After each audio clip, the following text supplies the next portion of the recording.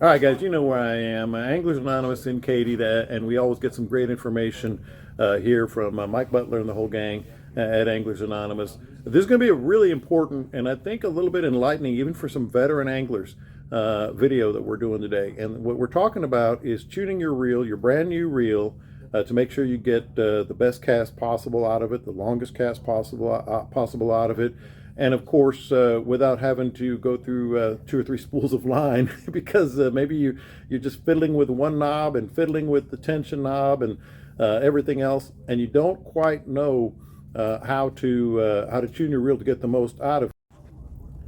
There he is, Mike Butler, the one and only from here in Anglers Anonymous. All right, Mike, let's before we and I want people to know we're going to dig in. We're going to show people how to tune 2 very popular reels. They're sitting right here, of course, the Shimano Tranx and the Salty Hundo from Bates. Let's talk about though, like what's old isn't new anymore. Or I don't know if I've said that right, but some old habits that people are still stuck with in terms of tuning their reel when they get a brand new reel to make sure they get the best. The best cast, and that, as I said earlier, maybe not, get those backlashes, and all of a sudden you got to start all over, etc. The concept of the tension knob and some of the ways that people used to get the most out of a new reel, that's completely changed, hasn't it? It is different, yes. That's a fact. In fact, I've got an old reel here I can show you. It's one that my grandfather gave me. It's one of the old original Ambassador 5000s. And what you wanted to do with those, and it's the old school way, you tighten down that knob on the right-hand side for a right-hand retrieve reel, then start to back it off until your lure starts to drop. That's one of your adjustments. With today's reels, the braking systems are much more technical, much more modern, and they're much more effective than those old reels. So basically today... Let's tune these reels. Okay. Let's help our listeners and our viewers out, because let's look at the Salty Hundo here. Okay, Salty Hundo. We're talking about the knob on the right-hand side here. That is your spool tension knob. Basically, all you want that knob to do is to keep the spool from wobbling back and forth in the frame. I'll back this all the way off. That allows the spool to, you can't really see it on the video very well, it allows that spool to move back and forth. You don't want that. What you want is for this side to do all your braking. That is your cast control. That is where you want it to keep your reel from backlashing, that sort of thing. With the Bates, what we got, you have an external adjustment, but like with a lot of these reels, there's also an adjustment on the spool. And I'm going to pull the spool out here and show you on the Bates. What we normally do, you can see the 135 on the spool there. Yeah. We click that all the way over to 5. Feel the 2 clicks there with the thumbnail. So now, the braking system on that's adjusted all the way. What this does, you can see this little piece moves. And the centrifugal force when you cast causes this to extend out. Okay. What it does, it gets closer to these magnets that are inside the side plate of the reel, which when you're adjusting on the outside here, it brings those magnets closer to or further away from this ring, which adds to or decreases the braking during the cast. Now, is 5 looser or 1 looser? 1 is looser. 1 is looser. So you want to start at 5. You want to start at 5. Yeah, I mean maximum braking, because you can back the brake down on the outside here to compensate for that. I recommend with you're starting one of the Bates Hundo, dial the brake on the spool all the way to 5.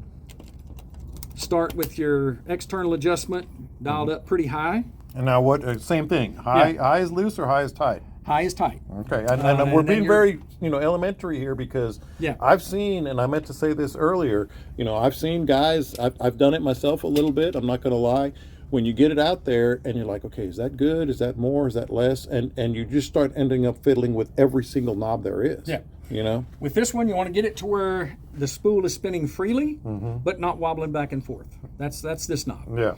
Everything else you want, as far as your braking and your cast control, you want that to happen here. Yeah. This is spool tension. This is your cast So control. to be clear, loosen that more than your dad would have. Yes. Yeah, you want the spool to spin freely. You don't want this as part of your braking. You just want that to keep the spool from wobbling back and forth, and all your braking is on this side. Okay. What I recommend doing, and this is with any reel, like I said, this one has an external adjustment, and the numbers are small, hard to see.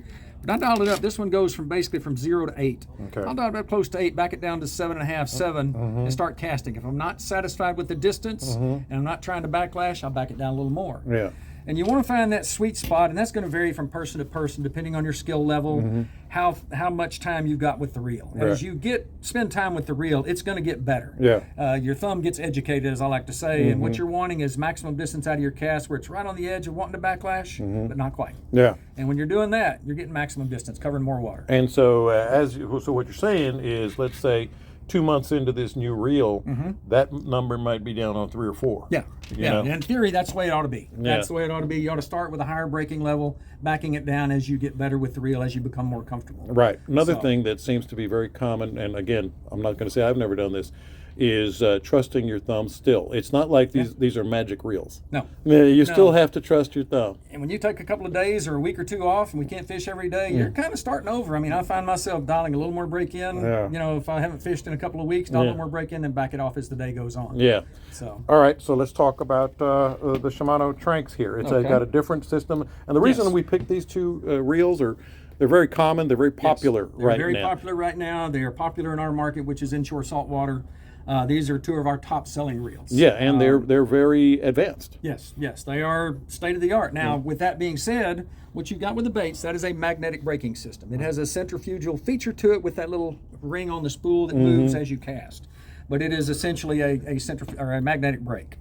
What you've got with the Tranx, And again, slightly different. yeah, it is different. You've got it is a centrifugal braking system. You have a knob, I'm backing up here. Yeah. You have a knob on the bottom part of the reel right here. That is your adjustment knob. You can dial more brake or less brake into it.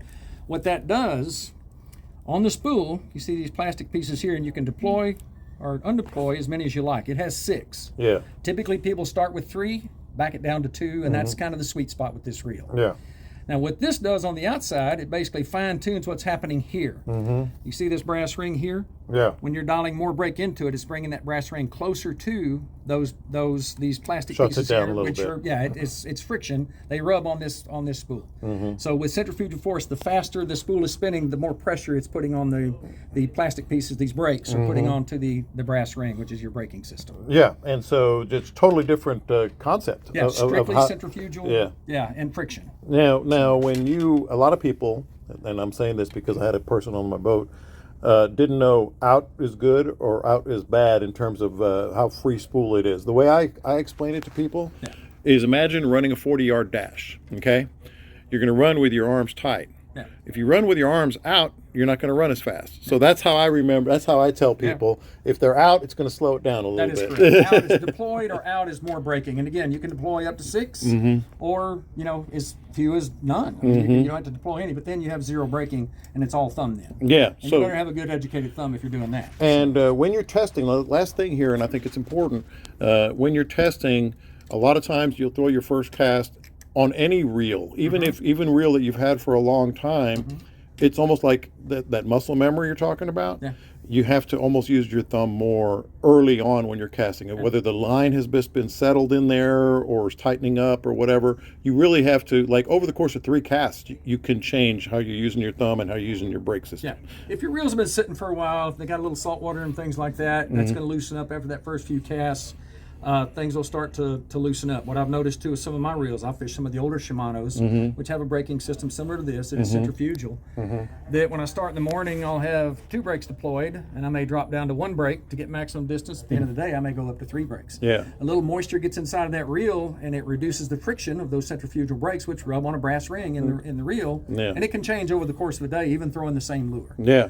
But basically, as the day goes on, you're getting more comfortable, your thumb is getting more educated, the muscle memory comes back to you, and it gets better. And really, last thing here, what you've said a couple of times about over the course of the day, a lot of people don't do that. They dial it in and they just leave it. Yeah. That's not necessarily recommended if you really want to get them, especially if you're throwing a top water or something, you want to get some distance, etc. You're changing lures, going from different weights of lures. If you're going from casting with the wind to casting into the wind, you're going to dial a little more brake into it to prevent more backlashes. Perfect. So, and one of the things we didn't even touch on, which we talk about another popular reel, is the Shimano DCs. They have the digital controller in them, which is cool technology. Now the reels are a little bigger, a little heavier, but something completely different. Very And simple and some of those, are maybe even easier to throw, but you have to also still don't think that you don't have to use your thumb. to get maximum distance, you're going to need to use your thumb and feather it. You dial the braking system all the way down to 1 on those. They're simple, 1 through 4. Yeah. 1 being the least amount of braking, but at 1, you're going to need to use some thumb. But a lot of people didn't know that, huh? That's why we're here. That's why we're here with Mike Butler at Anglers Anonymous out in Katy. Come see him. I'm going to do this real quick. They got it all, baby. Look at all this. Look at these lures right here. I love coming to visit Mike. It's a candy store. And you guys need to get out here as well. So don't forget to subscribe to this YouTube channel. Don't forget to subscribe to the podcast as always.